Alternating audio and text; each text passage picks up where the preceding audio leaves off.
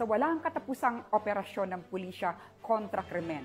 Naaresto ang nakatalang top 6 most wanted person sa rehiyon ng Calabarzon dahil sa kaso nitong murder sa Gregorio 13 Martires, Cavite.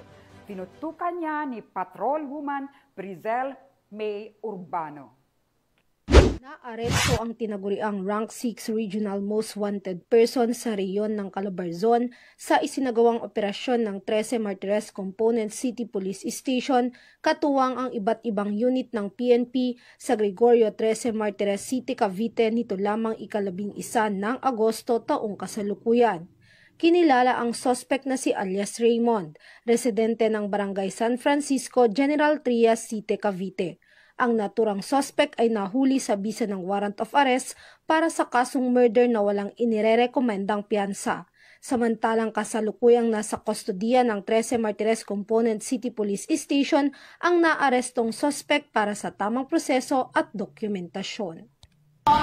Mula dito sa PRO Calabarzon, ako ang inyong Police News Network Correspondent, Patrolwoman Brizel May Urbano, alagad ng batas, tagataguyod ng balitang pulisya.